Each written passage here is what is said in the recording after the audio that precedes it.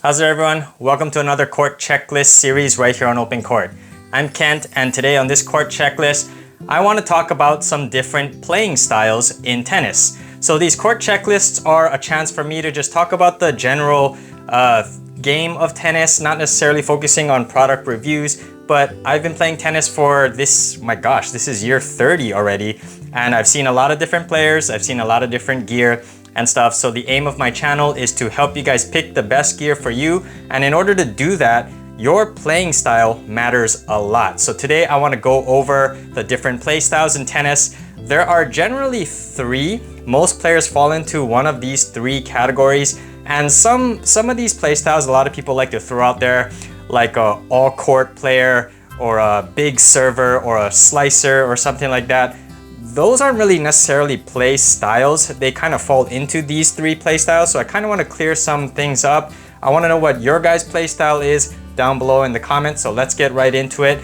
The first play style in tennis, and it's something near and dear to my heart, and unfortunately it is a dying breed of tennis strategy, that is the serve and volleyer.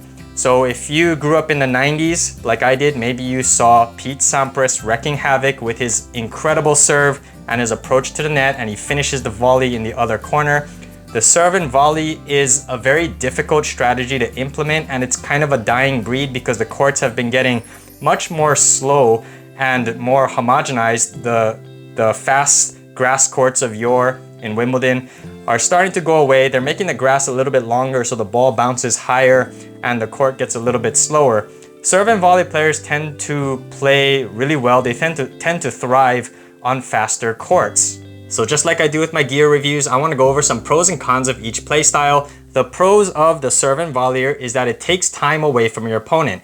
When you serve the ball and you rush the net, when the return comes back, you are going to be closer to the net to be able to make contact with the ball, which gives your opponent less time to get to the middle, and that is a huge advantage. Also, it expends less energy. Yes, you have to move up to the net, but once you're there, if you can hit effective volleys, you can pretty much set up camp inside the service box and just kind of push your opponent around left and right, and you're going to force them to run laterally, and that's going to take time and energy away from them.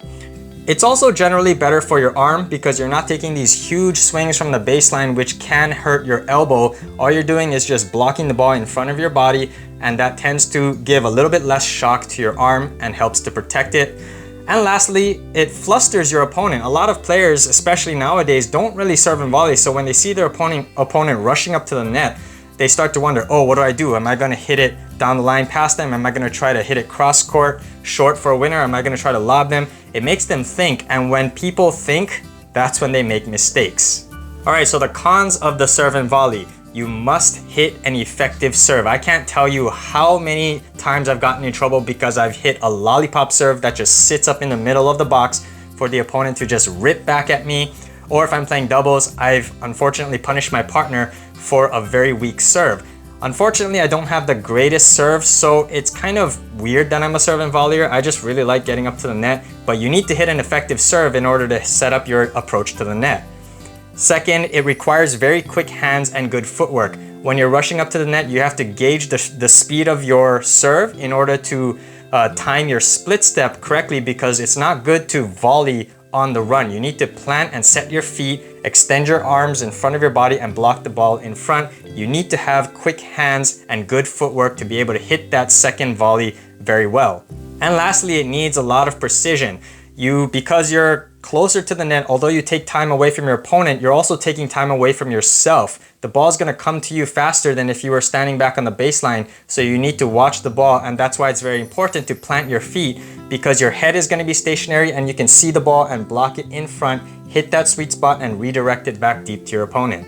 The next play style is the aggressive baseliner. So you know them, you love them, you probably are one or you probably want to be one. These are the guys that can hit very heavy penetrating ground strokes. Most pros out there are aggressive baseliners. A couple of my favorite are Dominic Thiem and Kei Nishikori. They're two of my favorite. They're not exactly the same type of aggressive baseliner, but they're very aggressive in terms of how they attack the ball and take it early. That's one of the best things about an aggressive baseliner. The pros of it is that you can end the point quickly because you can take the ball early, and because you hit so hard, it's more likely your opponent is going to make mistakes. And also, you force mistakes and you pressure your opponent. If you can hit hard, even if you can't really aim that well, as long as you can keep the ball in, you don't necessarily have to aim for corners. If you hit a very heavy penetrating ball with lots of spin, or if you can hit a heavy flat ball that your opponent has less time to react to, that puts a lot of strain on your opponent mentally. It puts a lot of pressure on them because they know that they have the pass, you can pass them at any time. So an aggressive baseliner really relies on their power or their spin to really fluster opponents and to take command of the point, and they're usually always very aggressive and offensive. The cons of an aggressive baseliner, you typically expend more energy because you have to swing very hard and very fast and very full.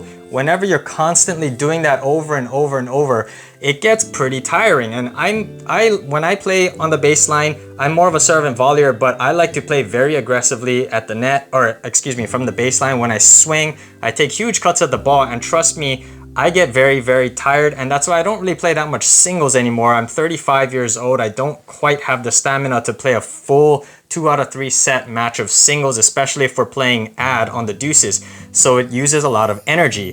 Next, you have a low margin for error. Because you're hitting so hard and swinging so fast, any deviation in your swing path can lead to a mishit. You can hit off the frame, and that will lead to mistakes. Also, if you're hitting very flat, you need to get the ball to go over the net, but you need it to come down inside the baseline, which is also a low margin for error. You have a little higher margin if you're hitting more low to high and hitting a lot of heavy spin, but because you're aiming so high over the net, that also increases your chance of hitting the ball past the baseline if you're not imparting enough topspin. So the margin for error is very low with an aggressive baseliner.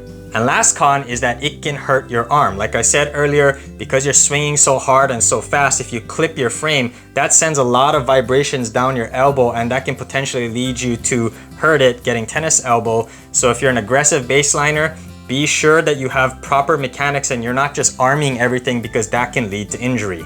And the third and final play style I'd like to talk about today is the counterpuncher. Other people call this different things. They call them junk ballers, they call them pushers. These are the types of people that are very patient. They don't take a whole lot of risks. They play very steady and just force your opponent to make mistakes from their impatience. One of my favorite counterpunchers in the pros is Diego Schwartzman, and I also like David Ferrer. They're very patient. Andy Murray was known for his grinding, dogfighting style, just long drawn out points. I'm not a counterpuncher. In fact, I hate playing defense, but this is the third and one of the most prominent play styles among casual players.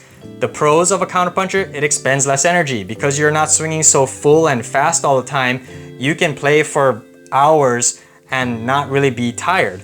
It also, you have a low unforced error count because, again, you're swinging a little bit slower. All you're prioritizing is making contact with the ball and keeping it in, which leads to less unforced errors, and it forces your opponent to have to win the point from you. Also, it doesn't require a lot of power, a lot of fast swings, a lot of spin, a lot of precision. You just basically kind of get everything back up the middle deep. As long as you keep your opponent off the net and not give them anything to really tee off on, you don't really have to hit a whole lot of pace to be a good counterpuncher. It's more of a mental thing. You just got to be patient, you got to be disciplined, and you just got to play steady and keep the ball in play and wait for your opponent to make the mistakes. All right, the cons of the counterpuncher. There's one main con, and that's that it requires a lot of patience. This is why I can never play a counterpuncher style. I will if I have to. In fact, I have against some of my former students because they actually hit harder than me. I had to rely on a more defensive game to kind of force them into mistakes. I would throw in slices, throw in lobs, not give them any pace. But that requires a lot of patience because I like to just hit the ball really aggressive, get up to the net as much as possible. That's the most satisfying feeling for me in tennis. And in order to be a counterpuncher defensive style, you really need to be okay with long points, being in a battle, forcing your opponent to make mistakes. You're not going to have a whole lot of highlight worthy shots, but you're also not going to lose. And that's the pros and cons of being a counterpuncher style. And the last con is that it's difficult to win points on your own terms. A counterpuncher is not going to hit passing shots past people. They're going to hit a nice decent shot and the opponent is going to miss into the net or miss wide or miss long. Whatever it is, they're going to force opponents to make mistakes. They're not going to be the ones to really put the ball away because it's a more patient defensive style. And the last thing I'd like to talk about is how to beat each play style. So maybe you jump on the court, you're playing against a counterpuncher, maybe you're playing against a serve and volleyer, which is pretty rare these days. How to beat each play style, it's actually kind of a unique relationship between these three styles. They actually have a rock, paper, scissors type of relationship. So the serve and volleyer is actually very strong against the counterpuncher. The reason why is because the counterpuncher is really not gonna hit a lot of winners, hit a lot of passing shots. They maybe throw up a lob here and there, but if you're a solid overheader, you shouldn't have a problem. The serve and volleyer, especially if they have a really powerful serve, they will eat up a counterpuncher. And that's actually my favorite type of player to play against because I'm a serve and volleyer. They're always gonna give me a very attackable shot. You approach the net.